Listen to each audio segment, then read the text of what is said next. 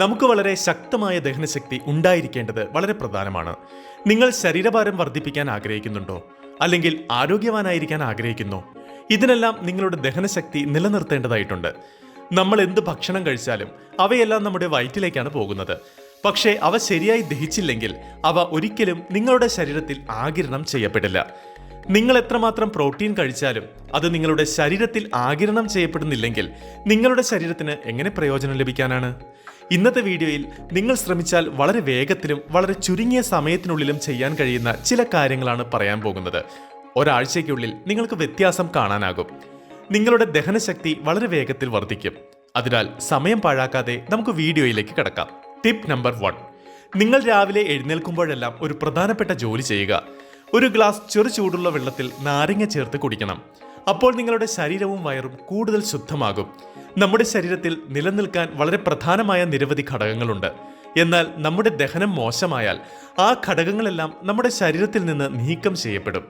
അതിനാൽ നിങ്ങൾ നാരങ്ങ ചൂടുവെള്ളത്തിൽ ചേർത്ത് രാവിലെ കുടിച്ചാൽ ആ എല്ലാ ഘടകങ്ങളും സുരക്ഷിതമാകും. നിങ്ങളുടെ ശരീരവും ദഹനശക്തിയും വർദ്ധിപ്പിക്കുന്നതിന് ഇത് വളരെ ഫലപ്രദമാണ്. Tip number 2. നിങ്ങളൊരു നിശ്ചിത സമയത്ത് മാത്രം ഭക്ഷണം കഴിക്കുക. രാവിലെ 8 മണിക്ക് പ്രഭാത ഭക്ഷണം കഴിക്കുകയാണെങ്കിൽ എല്ലാ ദിവസവും 8 മണിക്ക് തന്നെ പ്രഭാത ഭക്ഷണം കഴിക്കുവാൻ ശ്രമിക്കുക. നിങ്ങൾ രാത്രി 9-ന് അത്താഴം കഴിച്ചുറങ്ങുകയാണെങ്കിൽ പതിവായി രാത്രി 9-ന് മാത്രമേ അത്താഴം കഴിക്കാവൂ. നമ്മൾ ഭക്ഷണം കഴിക്കാൻ പോകുമ്പോൾ നമ്മുടെ ശരീരവും മനസ്സും അത് മനസ്സിലാക്കും. സമയമായെന്നും ഇപ്പോൾ നമ്മൾ കഴിക്കാൻ പോകുകയാണെന്നും. അപ്പോൾ എന്താണ് സംഭവിക്കുന്നത്? നമ്മുടെ ശരീരം ഭക്ഷണം ദഹിപ്പിക്കുന്നതിന് ആവശ്യമായ എൻസൈമുകൾ ഉൽപ്പാദിപ്പിക്കാൻ തുടങ്ങും. തുടർന്ന് നമ്മൾ ഭക്ഷണം കഴിച്ചയുടൻ ആ എൻസൈമുകൾ നമ്മുടെ ഭക്ഷണത്തിൽ നേരിട്ട് വിഘടിക്കുകയും ഭക്ഷണം ദഹിപ്പിക്കാൻ സഹായിക്കുകയും ചെയ്യും. എന്നാൽ നിങ്ങൾ സമയം നിശ്ചയിച്ചിട്ടില്ലെങ്കിൽ നിങ്ങൾക്ക് ആവശ്യമുള്ളപ്പോഴെല്ലാം ഭക്ഷണം കഴിക്കാൻ തുടങ്ങിയാൽ ആ എൻസൈമുകൾക്ക് നിങ്ങളുടെ ഭക്ഷണം ശരിയായി ദഹിപ്പിക്കാൻ കഴിയില്ല.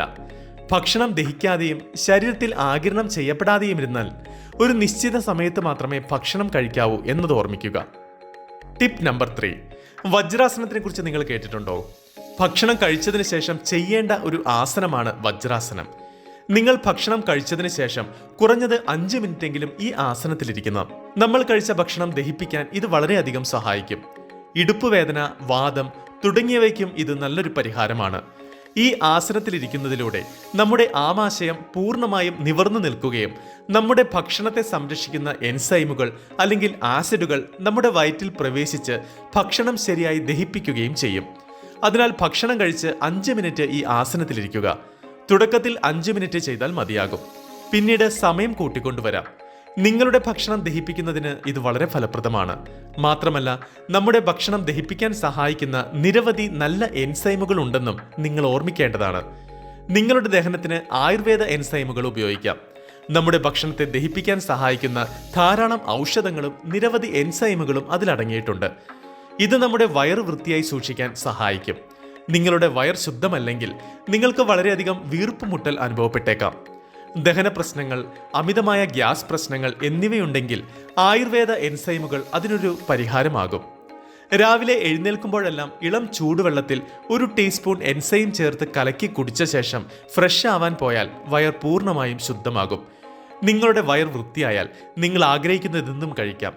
നിങ്ങളുടെ വയറ്റിൽ വളരെയധികം അഴുക്കുണ്ടെങ്കിൽ ശരീരത്തിന് ശരിയായി പ്രവർത്തിക്കാൻ സാധിക്കില്ല.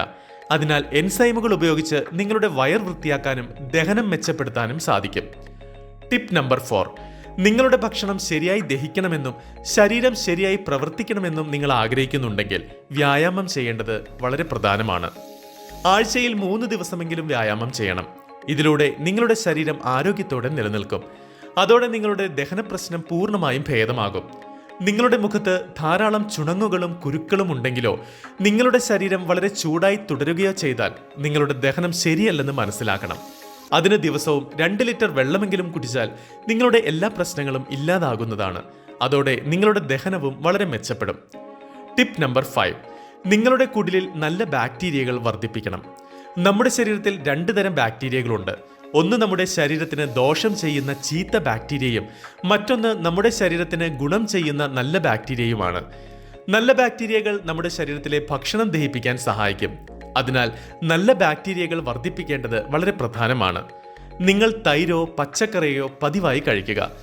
കശുവണ്ടി, ബദാം തുടങ്ങി എന്തൊക്കെ നട്ട്സുകൾ ഉണ്ടെങ്കിലും ഇവ സ്ഥിരമായി കഴിക്കുക.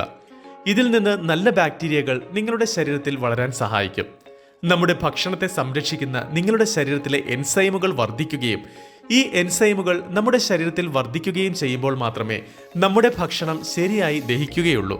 അതുകൊണ്ട് ഭക്ഷണം കഴിച്ചതിന് ശേഷം അല്പം തൈര് കഴിച്ചാൽ അത് ശരീരത്തിന് വളരെ നല്ലതാണ്. ഇത് നിങ്ങളുടെ വയറിനെ തണുപ്പിക്കുകയും അതോടൊപ്പം നമ്മുടെ ശരീരത്തിലെ നല്ല ബാക്ടീരിയകൾ വർദ്ധിപ്പിക്കുകയും ചെയ്യും. ഇത് നിങ്ങളുടെ ദഹന വ്യവസ്ഥയെ വളരെ മികച്ചതാക്കും.